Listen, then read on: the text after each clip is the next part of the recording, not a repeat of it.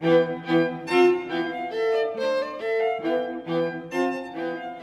listening to a London Review of Books podcast. One afternoon in Sana'a last November, two lawyers in suit pushed with purpose through the doors of the Yemeni tax authority, a temple of nepotism and corruption. Several pairs of eyes followed them as they walked briskly down the corridor, the white walls rubbed into grimy grey by the backs of those condemned to spend hours waiting in this purgatory of bureaucratic torment. People watched disbelievingly as the two men marched past the camouflage-clad armed guards into the office of the director himself. This was a place which no one could enter without the proper connections and/or a hefty bribe. The functionaries who tried to block the lawyer's passage shriveled and scuttled away when the younger of the two uttered the sacred words, "We are here on behalf of the legal wing of the Supreme Revolutionary Committee of Ansarullah." Ansarullah is the official name of the Houthis, the revolutionary movement which had recently taken over Sana'a, and the authority of the two lawyers emanated not from the single pistol they had between them, but from the tens of thousands of militiamen who had entered the capital with them. The office, with its massive glass-topped desk and leather sofas, was rather different from the shabby corridors outside. The lawyers sat themselves down, the director offered them tea, a lackey tried to smooth the air. "We want the names of all the big businessmen who aren't paying their taxes," the younger of the lawyers said. Sheepishly, the director tried to explain that he wasn't actually in control of the tax office, that his employees were in reality there to serve the businessmen they were supposed to tax, that the tax authority wasn't in the business of collecting taxes so much as involved in a game of negotiations between impoverished functionaries and the wealthy few, until a bribe was paid and tax demands were reduced to pittance. The two lawyers looked bored. They had just come from a press conference in which they had declared that the Supreme Revolutionary Committee had exposed major graft and issued decrees confiscating the wealth of Hamid al-Ahmar, scion of the grandest tribal family in Yemen and a member of the Muslim Brotherhood, the Houthis' ideological enemies. They were hungry for more ammunition to use against them. "We will examine all the files," the older lawyer said. "Let me tell you about another type of corruption I uncovered when I was the head of the Port Customs Department," the director said, trying to wiggle out. "It's to do with bras." "Bras?" "Yes, bras. Some are very expensive luxury brands, not the usual red and pink you see in street stores. But when they declare them, they say they are cheap to avoid paying customs fees."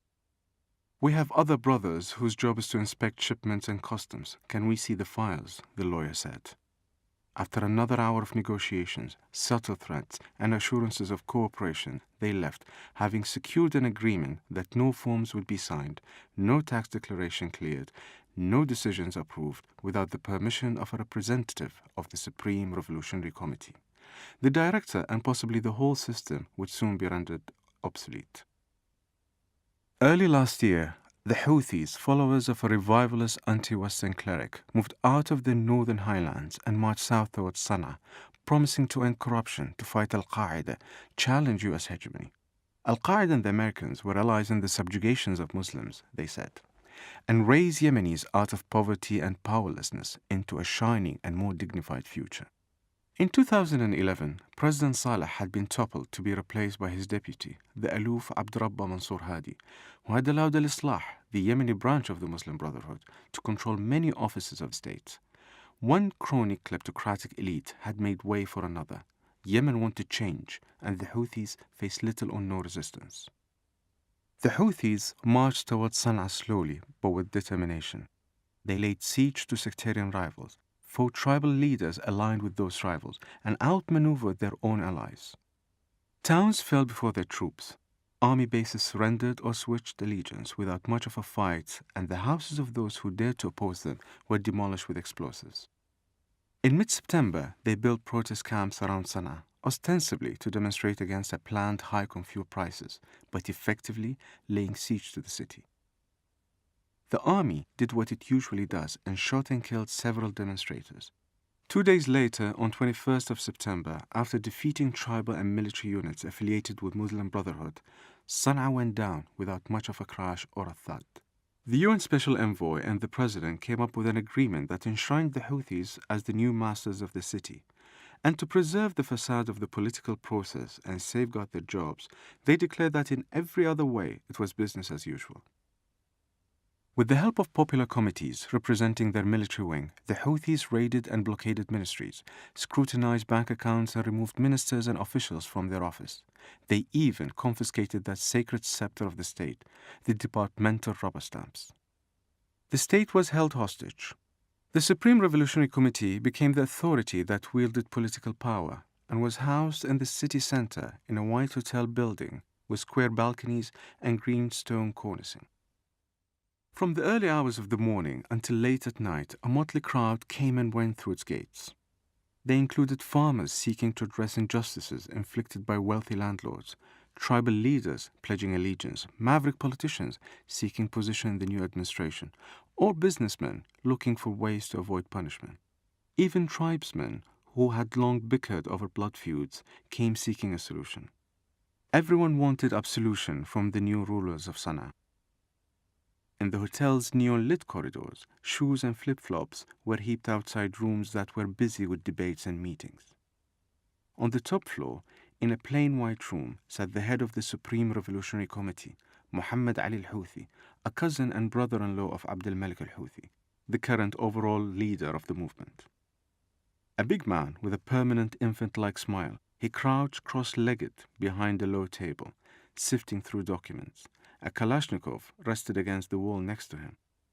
He opened a plastic shopping bag, pulled out a thick pile of papers, and started throwing them on the floor in front of him, like a dealer cutting a new set of cards.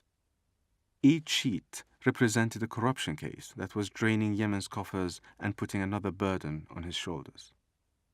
One was a letter showing that a departmental head in the Ministry of Education had sold off some of his furniture for $435 to save costs, and then awarded himself a bonus of $523. Another civil servant had misappropriated $2,000 that was meant for schools.